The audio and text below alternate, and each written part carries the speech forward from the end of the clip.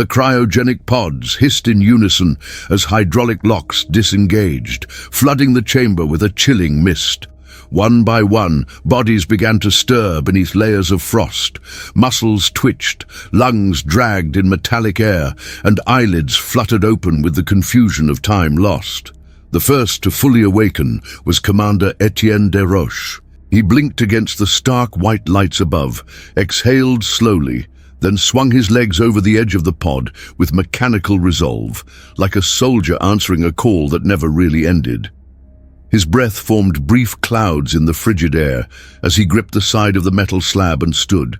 Nearby, Lieutenant Ross Hargrave groaned and sat up, wiping frost from his chest. His voice was hoarse. "How long?" Desroches didn't answer.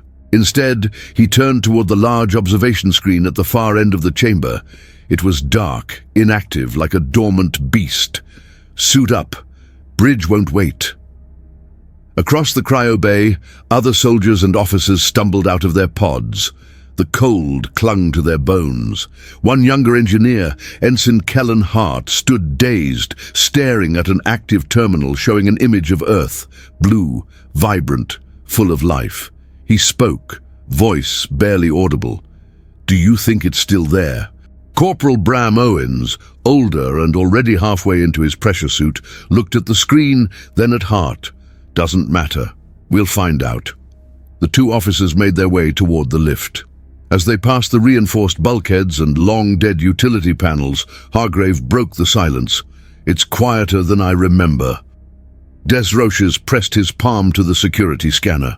The door slid open with a dull hiss. Silence isn't absence, it's waiting.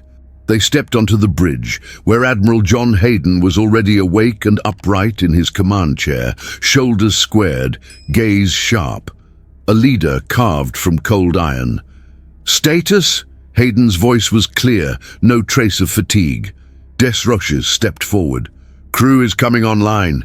Engineering reports minimal integrity loss. We're operational, sir." "Good." Hayden turned toward the center console. "Sophia, plot immediate course for Earth. Use Blackwave navigation. Burn at 20% and keep us dark." The ship's integrated AI responded instantly, voice neutral but intimate, as if awakening from its own slumber. "Affirmative. Estimating trajectory.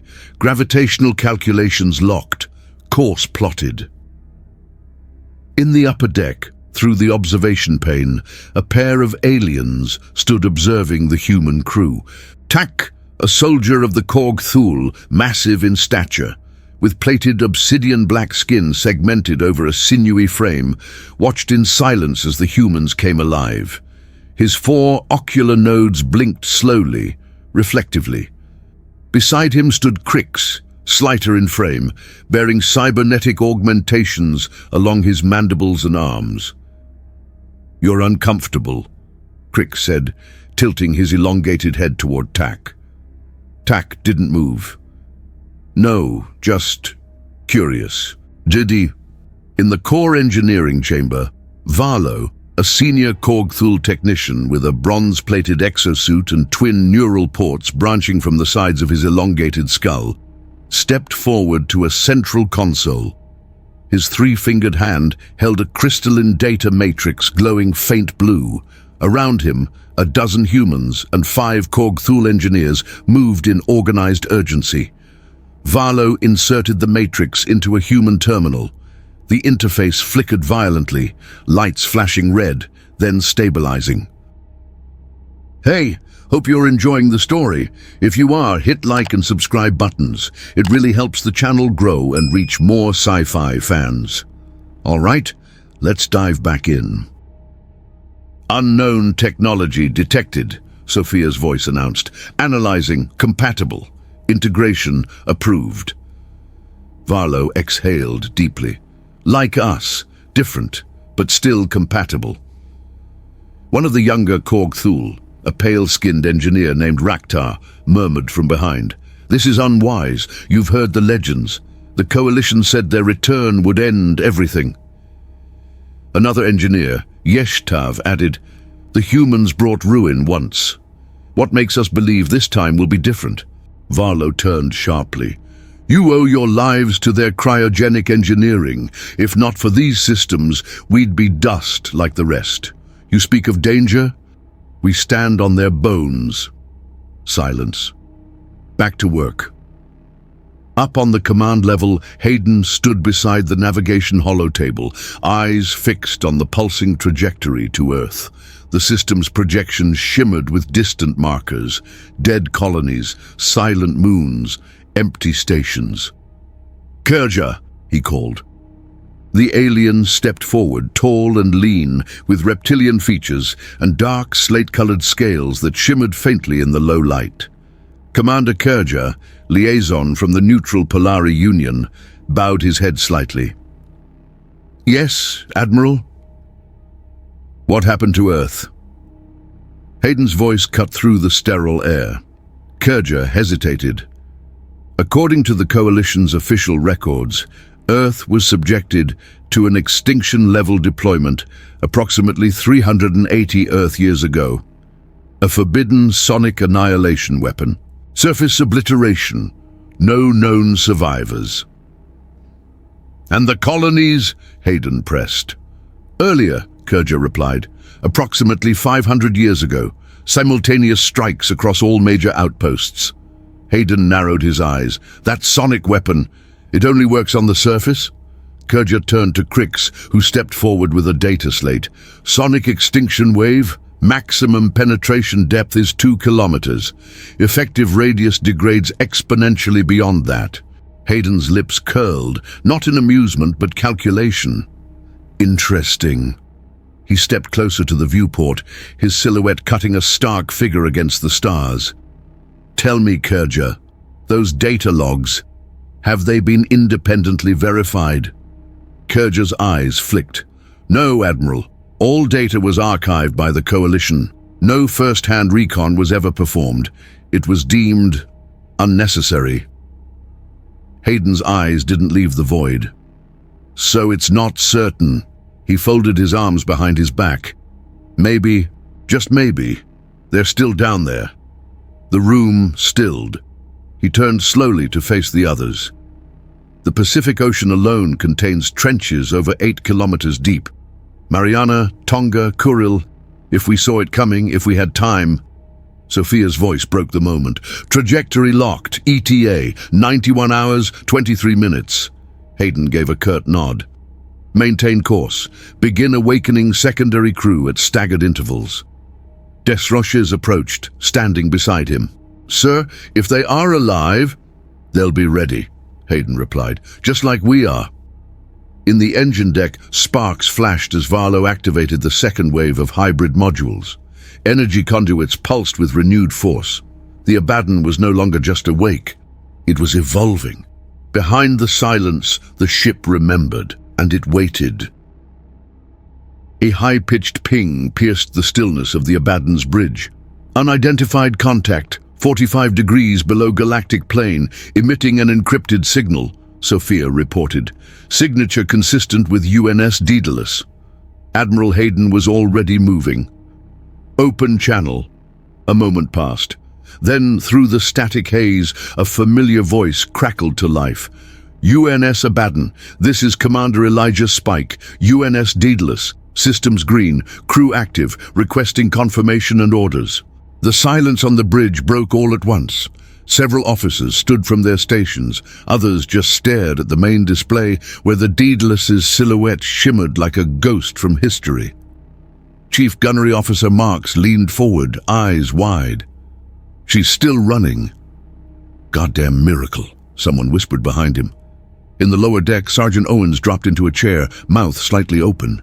No words came, just a clenched jaw and a shaking exhale. He wiped his eyes with the back of his hand and looked away from the screen. Commander Spike, Hayden answered calmly, despite the thrum building in his chest. You're a welcome sight. Confirm AI status. Ray is fully operational, Spike replied. We've been running low-power scans from inside the scutum shadow. No hostile detection within 6 AUs. What's your status, sir?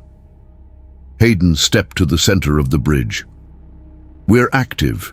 Mission is preservation and reconsolidation.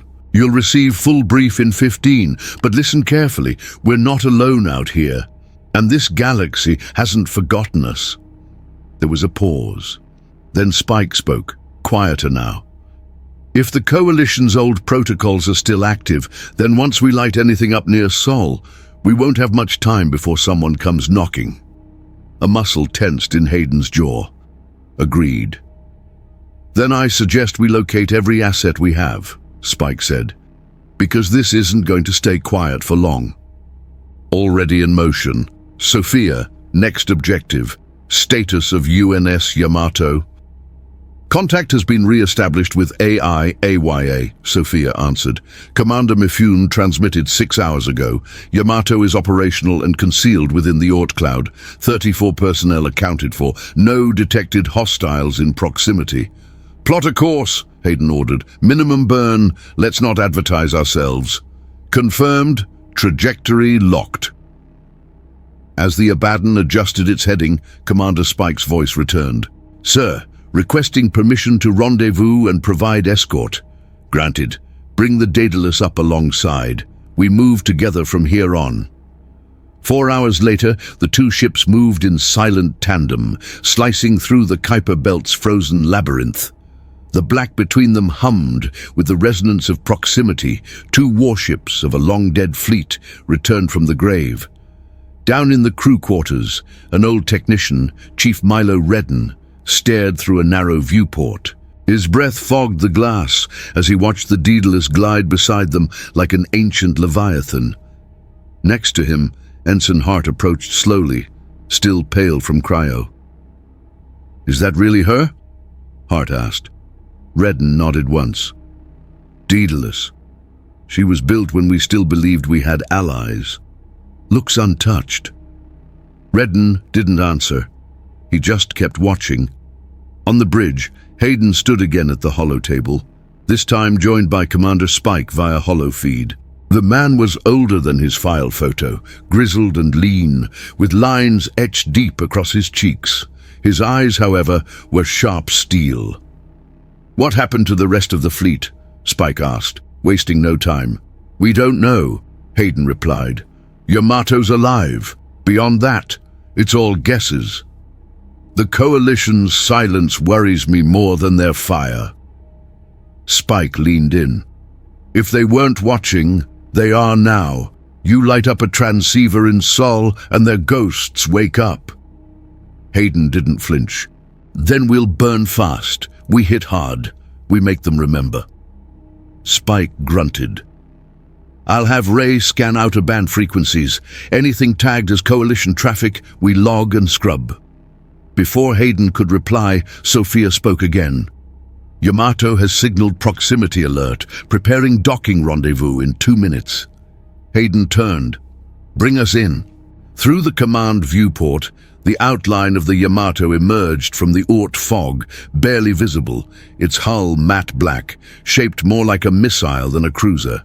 At a glance, it looked incapable of crew habitation. Lieutenant Hargrave frowned. "That thing flies?" Desriches, standing beside him, allowed himself the faintest smile. "More than that, it vanishes." The radio cracked. "UNS Abaddon, this is Captain Mifune Yamato. Mission parameters, sir." Hayden stepped forward. "You're to cross the Kuiper Belt, infiltrate orbit over Pluto, assess status of all former human outposts. If occupied by hostiles, eliminate. If Coalition leadership is present, take prisoners." "Copy," Mifune replied without pause. Beside Hayden, Kerja turned his narrow eyes toward the projection of the Yamato. "Why use such an outdated design? That ship looks analog." "That's the point," Hayden said. "She doesn't broadcast. She doesn't echo. To modern sensors, she's a whisper."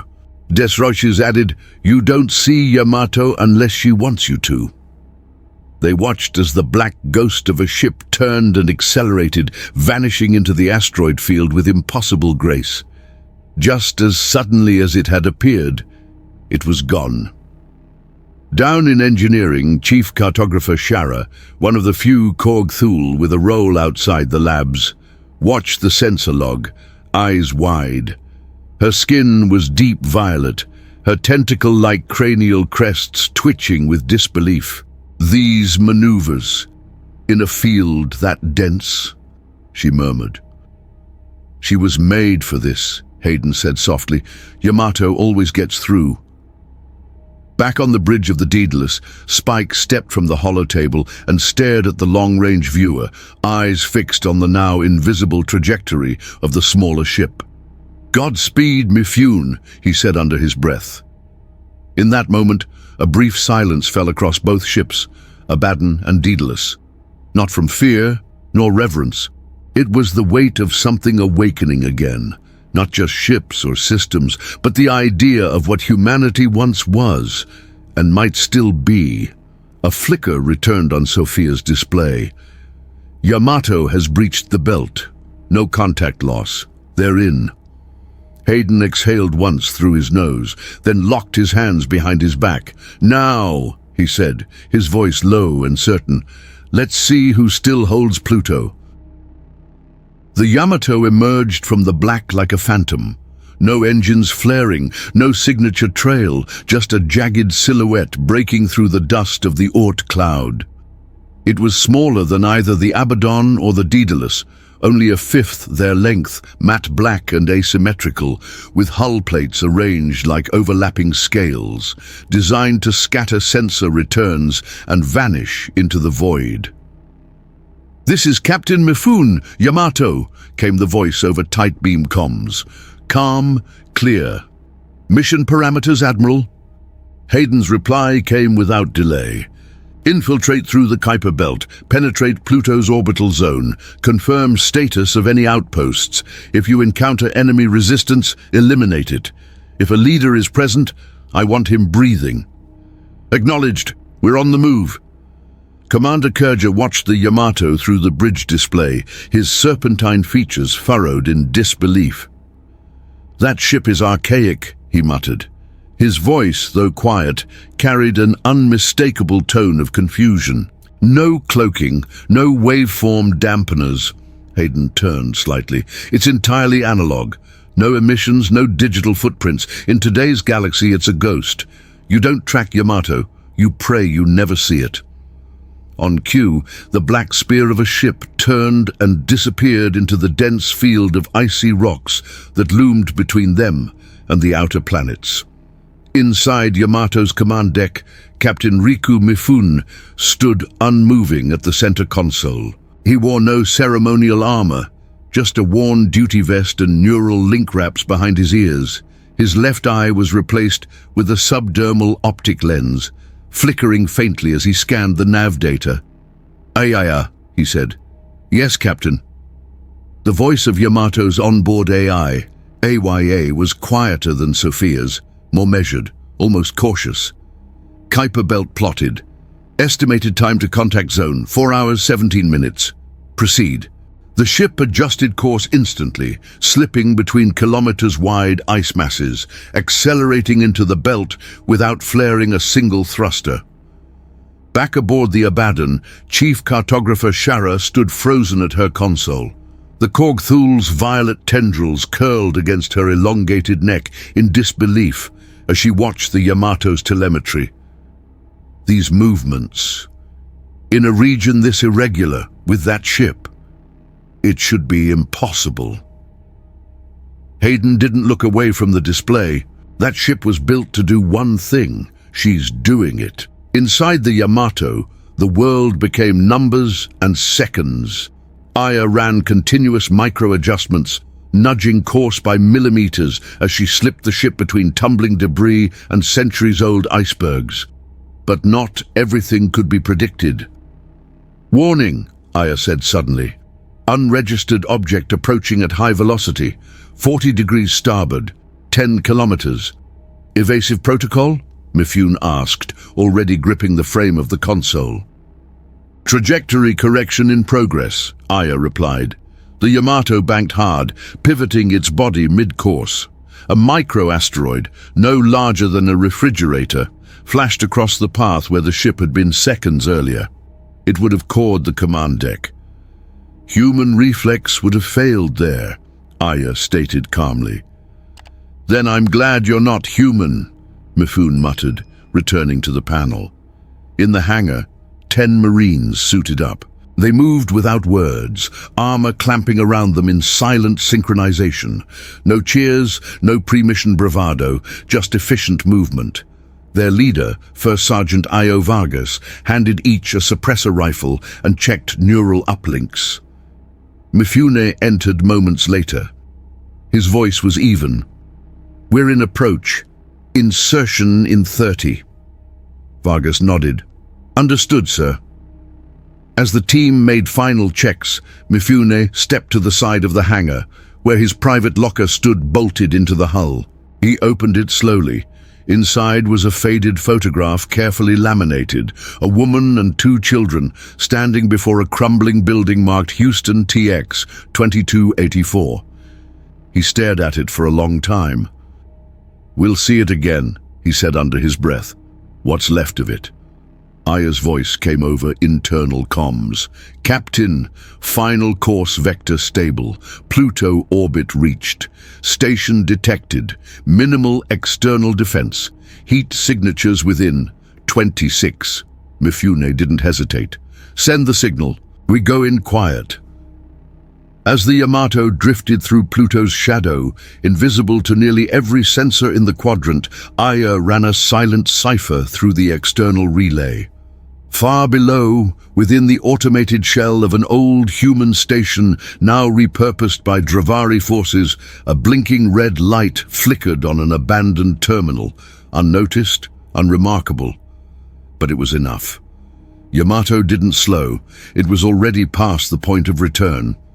Inside the cockpit, Mifune adjusted his harness and leaned forward slightly. "Keep everything dark, passive scans only. Let's remind them what ghosts really looked like." "Of course, Captain," Aya said softly. In space, Yamato was nothing more than a streak of gravity and silence, closing in fast on the enemy station. The humans were no longer legends. They were shadows sharpening their blades. Yamato broke orbit in absolute silence, coasting beneath the debris field that hung like ancient wreckage over Pluto's dead surface. Lights remained off. EM signatures, null. Only the ship's analog systems pulsed within, ancient circuits alive with predatory intent. Inside the ops chamber, Captain Riku Mifune stood over a projection of the enemy station. It was a squat, angular structure built atop the ruins of a long-abandoned human outpost. The Dravari had fortified it, external turrets, sensor masts, reinforced bulkheads, but it was still vulnerable. They didn't expect ghosts. Mifune's voice was measured. "We go in through the utility tunnel along the southern ridge. No EM weapons, no plasma. Coil suppressors only. Minimum noise, maximum presence." First Sergeant Io Vargas nodded. 2 entry points. Bravo team handles the barracks. Alpha clears command. Intel? Aya, monitoring from the command node, answered. 26 heat signatures confirmed. 15 stationary. 11 on patrol. 1 is biologically distinct. Higher pheromonal output. Neural oscillation matches Dravari command cast. Mifune turned to Lieutenant Keiko Saito. She stood fully armored, visor retracted, checking the seals on her squad's packs. "You're leading Alpha," Mifune said. "Find him, bring him back." Saito's tone was crisp. "Alive? If possible." She sealed her helmet without a word. The outer shell of the station cracked open with a dull metal groan, just enough for the Marines to slip through. The old human utility tunnel was cold, frost climbing its inner walls. The air was stale but breathable. Their boots made no sound. Inside, the Dravari had repurposed everything. Human consoles were wrapped in their organic tech, bone-colored polymer lattices, pulsing softly with faint red light. Their bodies reflected that same alien physiology. tall, sinewy frames with chitinous skin that shimmered in low light. Their eyes, glossy black orbs, held no pupils, just glistening spheres of predatory alertness. The first Dravari patrol was down before they could speak. Sergeant Vargas used a blade, slicing through the gap in their clavicle armor. Two more fell to silenced rifle fire from Corporal Hurst. No alarms triggered. No one noticed. Saito led her team to the upper levels. Her movements were fluid, rehearsed. Each gesture was precise, and each breach flawless. She didn't speak. The squad followed her like extensions of her will. In the central chamber, two guards stood outside a reinforced blast door. Saito gave the signal. Private Malik rolled a shock charge across the floor. It pulsed once, and the two guards collapsed, twitching. No alarms, no time wasted. Saito stepped through the door. Inside, the chamber glowed with soft amber light. The Dravari leader stood at the center, flanked by two more guards who raised their weapons a second too late. Suppressor rounds hit first. Both guards dropped, armor crumpling inward. The Dravari leader staggered back, arms raised. He was taller than the others, 7 feet, armored with segmented plates that hummed faintly with reactive shielding. His skin was a dark obsidian purple, and his mandibles twitched with a low, clicking tremor. Then his black eyes widened. "Humans," he hissed. "Impossible. You were extinct. Gone." Captain Mifune stepped through behind Saito, rifle lowered but ready. His response was cold, absolute. "Not all of us." The alien's breathing changed, quicker, sharper, his legs tensed to flee. Saito was already beside him, her palm driving a shock emitter into the alien's side. The Dravari convulsed and dropped. "Alive," she confirmed. "Bag him." As the Marines secured the prisoner, Private Malik called out from an adjacent terminal. "Sir, you'll want to see this." Mifune crossed the chamber, scanning the interface. What once was a human console had been spliced with Dravari interface nerves. Strange, organic cords pulsed against the casing, poorly integrated. "What are they doing?" Saito asked. Malik pointed to a display, trying to replicate our weapon schematics. Coil rifles, hull stabilizers, G-frame combat armor. But it's all corrupted. None of the simulations worked. They're results of failures across the board. Mifune frowned. They never cracked it. Saito stepped closer. "They're still trying to catch up." "No," Mifune said. "They're scared. Scared we came back." He turned back toward the unconscious Dravari leader. "Aya," he said over comms. "Secure channel to Admiral Hayden. Mission complete. We have a prisoner." "Channel open," Aya replied. "Transmitting now." Back aboard the Abaddon, Hayden stood motionless as the data streamed in. Sophia displayed the Dravari leader's biosignature, his name encoded in glyphs. Varnok, local governor of Pluto sector, high caste. "Alive," Hayden muttered. "Good." Desroches stepped beside him. He saw them. That's all that matters. On the bridge, the officers worked in silence. The implications were clear. The Dravari weren't just using the station. They were mining human legacy. They remembered humanity and were trying to steal what they never understood.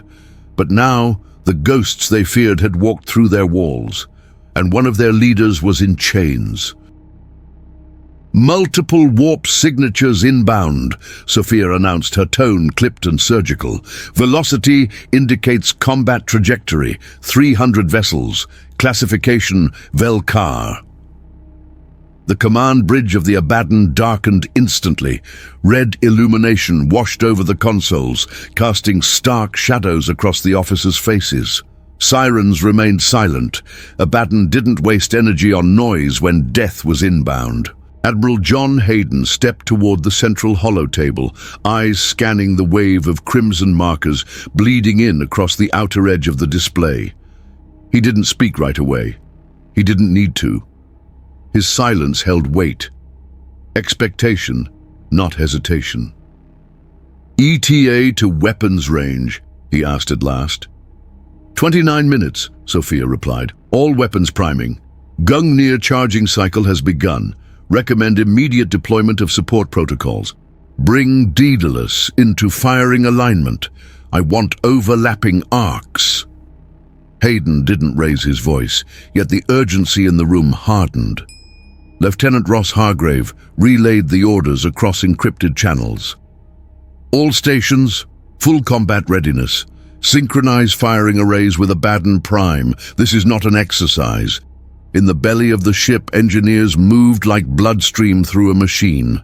Varlo, the Korg Thul technician who had spearheaded the hybridization of human and alien systems, barked orders in his native tongue while his suit translated in real time.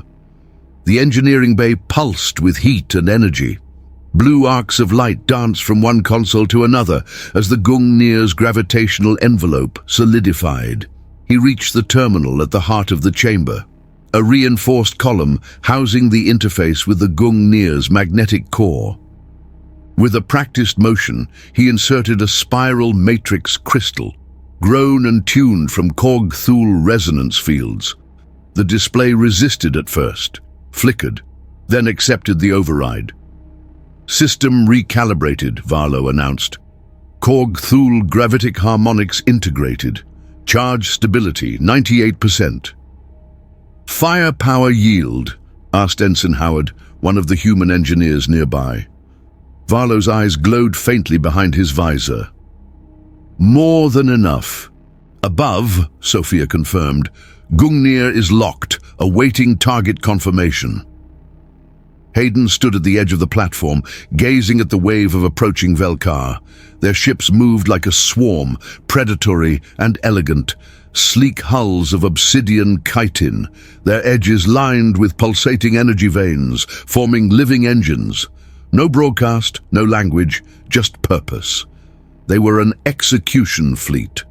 Tak stood behind him, arms crossed.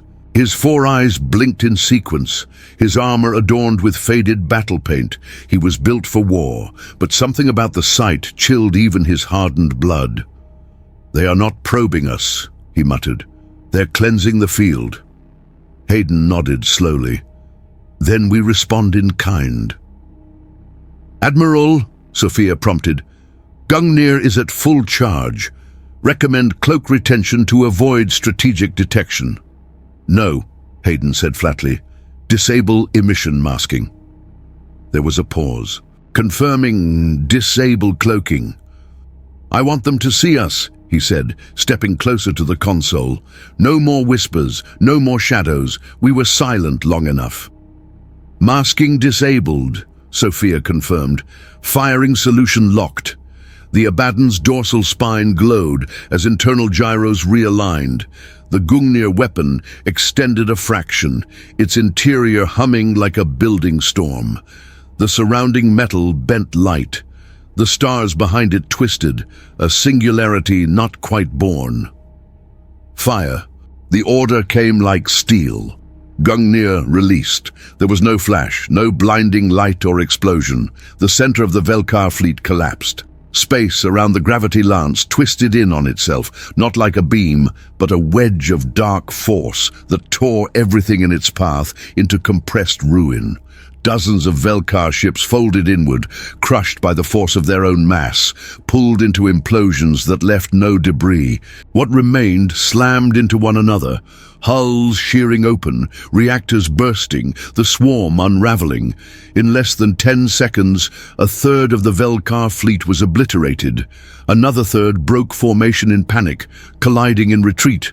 The rest scattered in all directions, some spinning out of control, others severed at midship. The bridge of the Abaddon held its breath.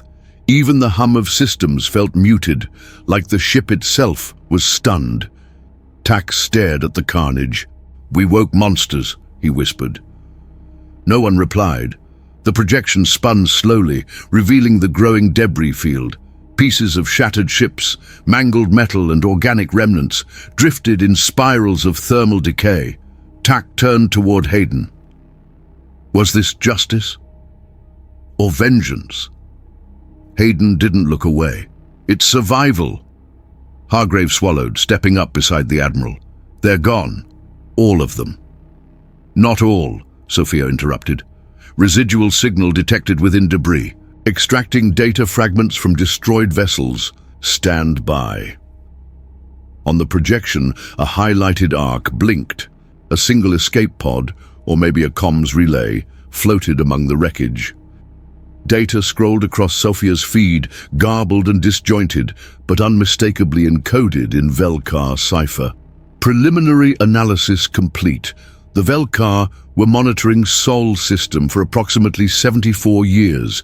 They tracked signal anomalies and tectonic fluctuations. No known engagement. Passive observation only. Why? Hargrave asked. They had the firepower. Why just watch?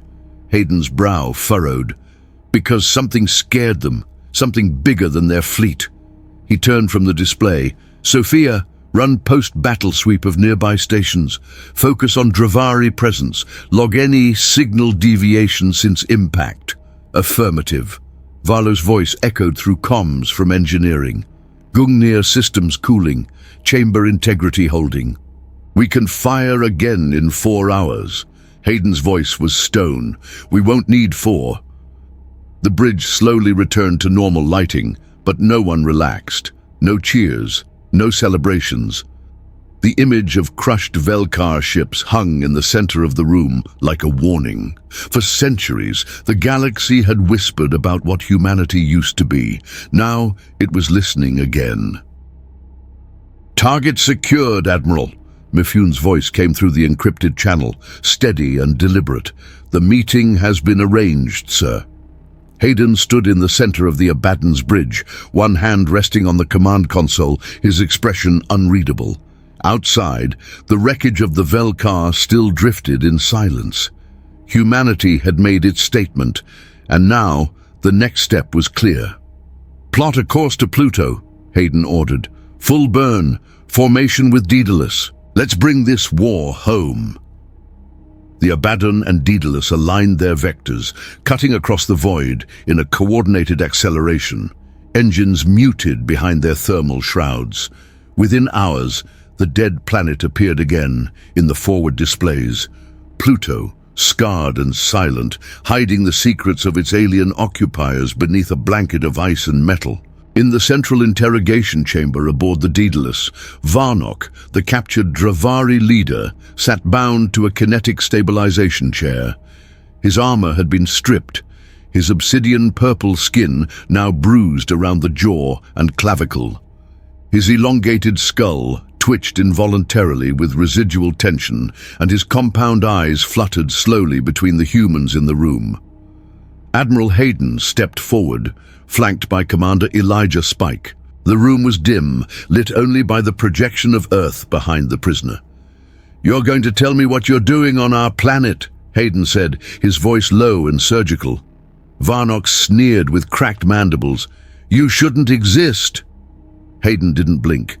"And yet, here we are." Spike crossed his arms, letting the silence stretch until Varnok finally exhaled and leaned forward. "There are 15 million Dravari stationed on Earth," he said. "Scientists, soldiers, observers. We occupy 5 continental sectors and 17 subterranean sites." Hayden's expression didn't change. Why not fortify it? Why keep the core of the galaxy's most dangerous species as a relic? Varnok hesitated. Then, in a quieter tone, "Because even we don't trust the silence. Earth is haunted." "By what?" Spike asked. Varnok met Hayden's gaze. "By the possibility that you never died." Hayden turned away, muttering, "We didn't." Outside the chamber, Spike followed Hayden down the corridor toward the operations deck. "You believe him?" Spike asked. "I believe in what he didn't say," Hayden replied. 15 million is a standing army. But they're not preparing for war. They're waiting. Then why hold Earth at all? Hayden stopped. The corridor lights hummed around them. "If 15 million of our enemies are on our homeworld," he said quietly, "why didn't they turn it into a fortress?" Spike considered that. then said, "Because even they fear a corpse that breathes." Hayden gave a short nod. "Exactly."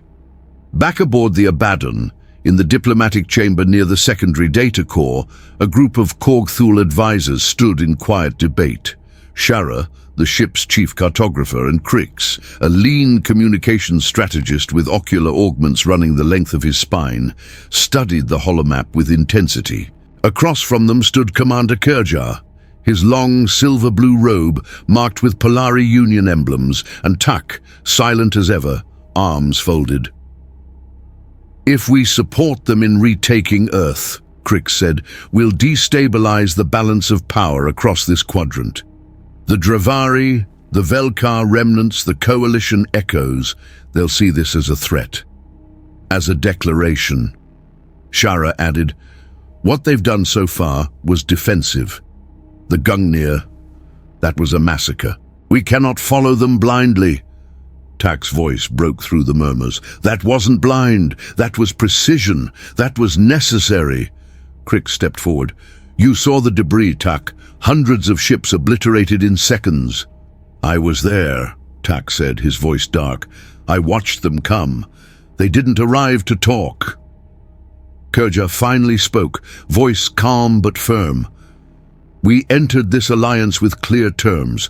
We aid their reawakening. We support their return. That was our choice. Now they march toward Earth, toward a symbol. If we back away now, we declare them alone. And if they win alone, what will that make them?" Silence fell. Shara looked down, then to the stars projected on the holomap. Earth's orbit blinked, surrounded by unregistered traffic and a web of ancient satellites. "They say Earth is where their strength was born," Crick said.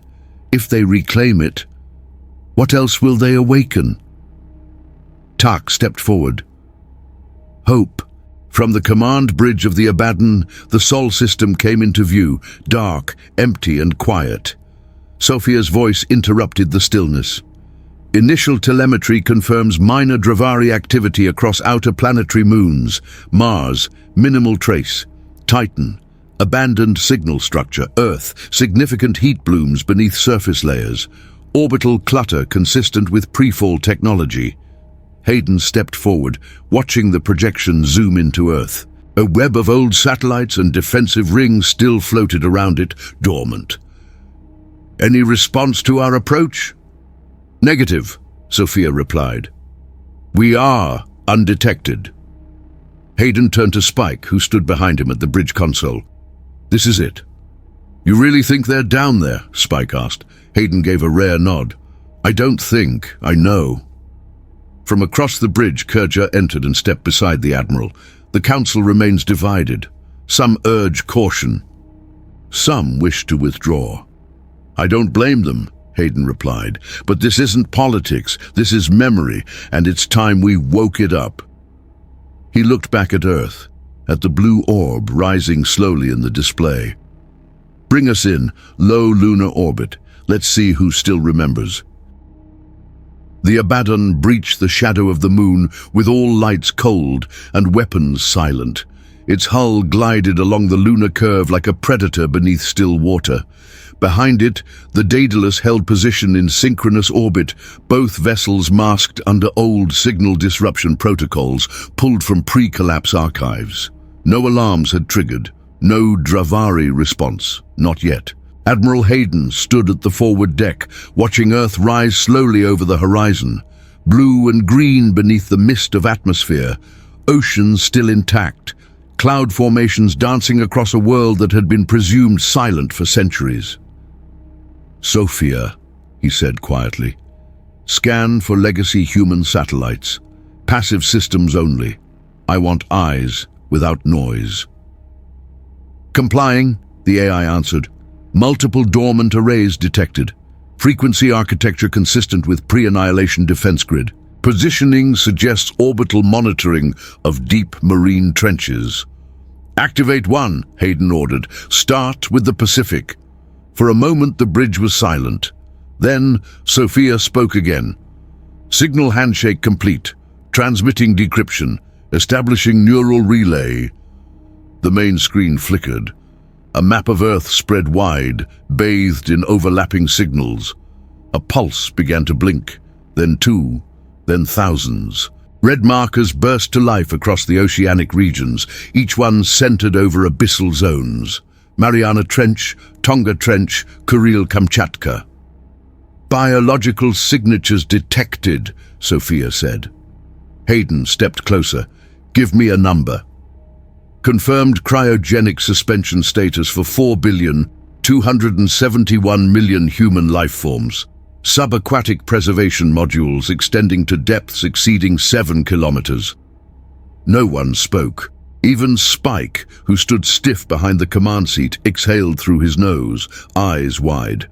Locations: 63 global vaults, primary concentrations across Pacific and Indian Oceans, largest military cluster located at the Mariana Trench, estimated 20 million combat-rated cryo units. Hayden didn't hesitate. Wake them! Specify number, Sophia requested.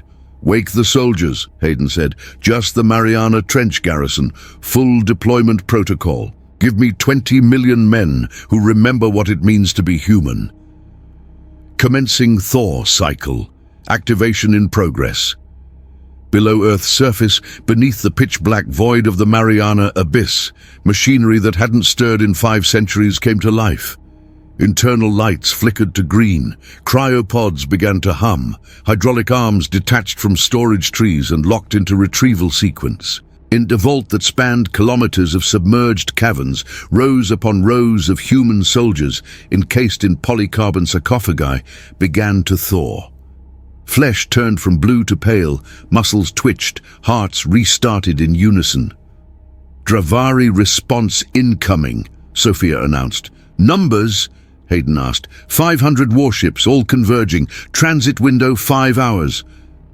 The bridge flared red again. They knew, Spike muttered. They were waiting for this, Hayden said. But so were we. On the tactical display, the Dravari fleet formed a claw-like formation. Fast interceptors ahead, heavy artillery cruisers behind. A full armada spread wide like a net. We engage them away from Earth, Hayden said. We draw their fire. We don't risk hitting the planet. Understood, Spike responded. Daedalus will follow your lead. Sophia, patch through to Yamato. The channel crackled. Captain Mifune's face appeared, dimly lit by red interior lighting. Behind him, armor-clad Marines ran diagnostics on rifles, suits, and breaching charges. Captain, Hayden said, you're going in. Mission parameters? Mifune asked. Lead groundside resistance. You'll coordinate with the awakened garrison. Destroy every Dravari installation you find. You'll have Tak and a team of Korg Thul with you. Mifune nodded once. We'll hit them before they even know we landed. Tak! Hayden called over internal channels. The Korg Thul warrior responded without delay, his deep voice vibrating through the command system. I'm ready. You'll deploy with Yamato, Hayden said. Ground command, you'll see it for yourself now, what they protected. No fear, Tak answered. Only resolve. In the Yamato's hangar bay, Marines locked into their drop rigs. Keiko Saito, helmet under arm, moved through the ranks, checking straps and issuing last-minute commands. Beside her, Mifune loaded his sidearm and slid it into his thigh holster. You know the plan, he said. Hit them hard, take their ground, hold until the rest are awake. Exactly. Yamato launched without ceremony, silent and lethal, skimming past the underbelly of the Dravari net, its analog systems keeping it invisible to their scans. It dropped through Earth's atmosphere like a stone wrapped in silence. In orbit, the Abaddon and the Daedalus pivoted wide, engines blazing as they pulled the enemy away from the planet. Red trails bloomed behind them as torpedo silos opened and gun batteries primed. Inside the vaults, human soldiers woke screaming, ripping off oxygen masks, hands clenched, eyes burning with the light of resurrection. Officers moved through the ranks, distributing weapons, armor, orders. Within an hour, the 1st Battalions marched into the re-established command centers, some underground, others rising through the water columns toward the surface where combat shuttles waited. Hayden watched the feeds, 1,000 screens showing 1,000 revivals. "They're back," Spike said. "No," Hayden replied. "They never left. We just buried them deeper than the war could reach." In low orbit, the enemy armada expanded like a storm front. But humanity wasn't watching anymore. It was moving. The sky above Earth split open in fire. The Dravari fleet descended in a wall of steel and plasma, cutting through the upper atmosphere like the edge of a blade. 300 ships broke into tactical formations, each supported by fighter swarms and atmospheric drones. From orbit, the horizon burned. From the ground, the stars vanished behind enemy hulls. But Earth was no longer defenseless. From lunar orbit, the UNS Abaddon and Daedalus burned toward the engagement zone, with engines at full capacity.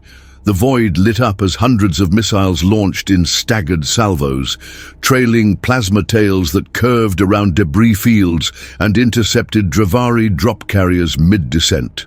Inside the Abaddon, Admiral Hayden stood tall at the tactical command console.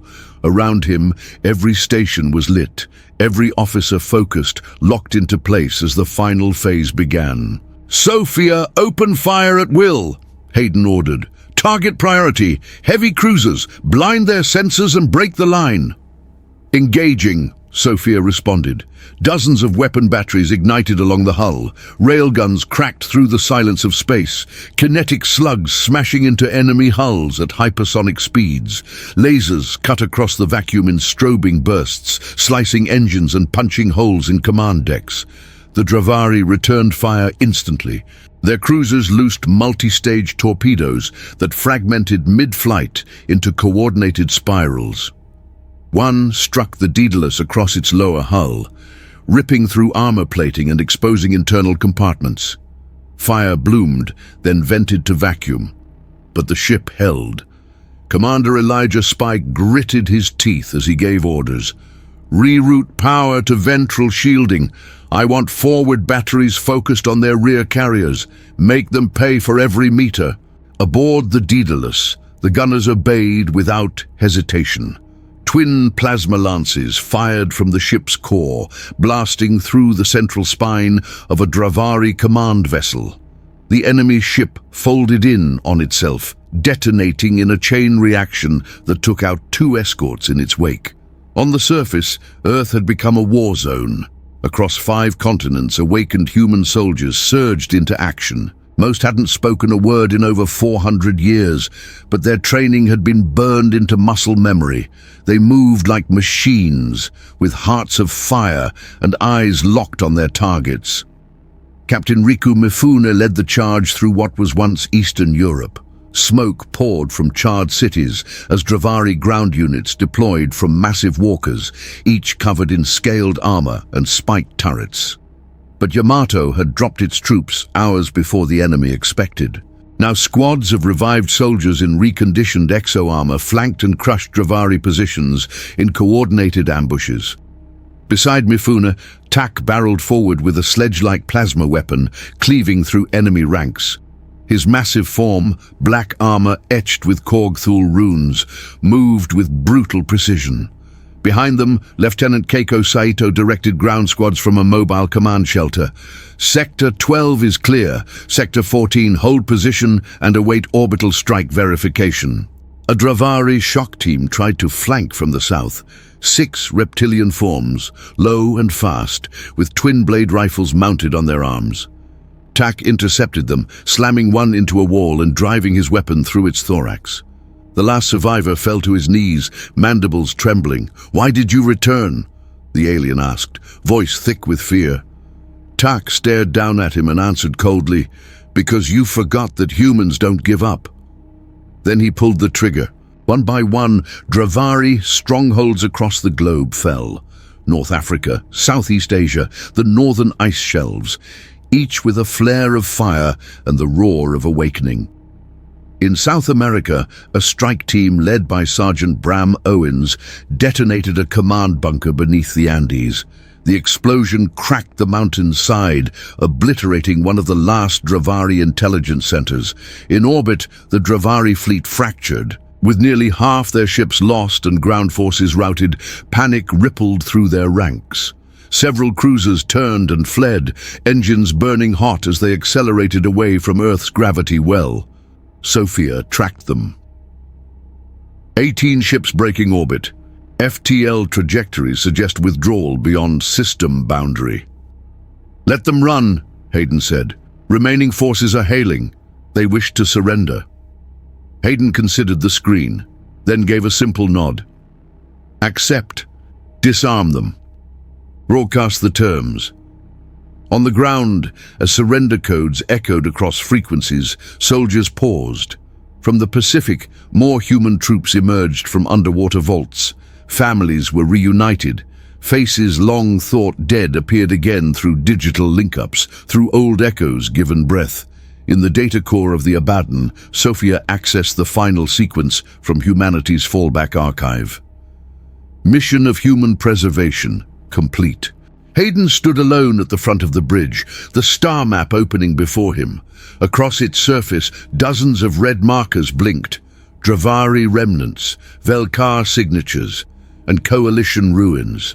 All quiet for now, all watching. Behind him, the crew waited. He didn't turn. He looked at the stars. Then, with a faint gleam in his eyes, said, "Now they'll remember who we are." Still here? That's awesome. Hope you enjoyed the story. If so, and you haven't subscribed yet, please hit the like and subscribe buttons. It's really important for the channel. Really important. And hey, I picked up another mission for you. Just click this card and head straight there, or hit this one to go to the full playlist.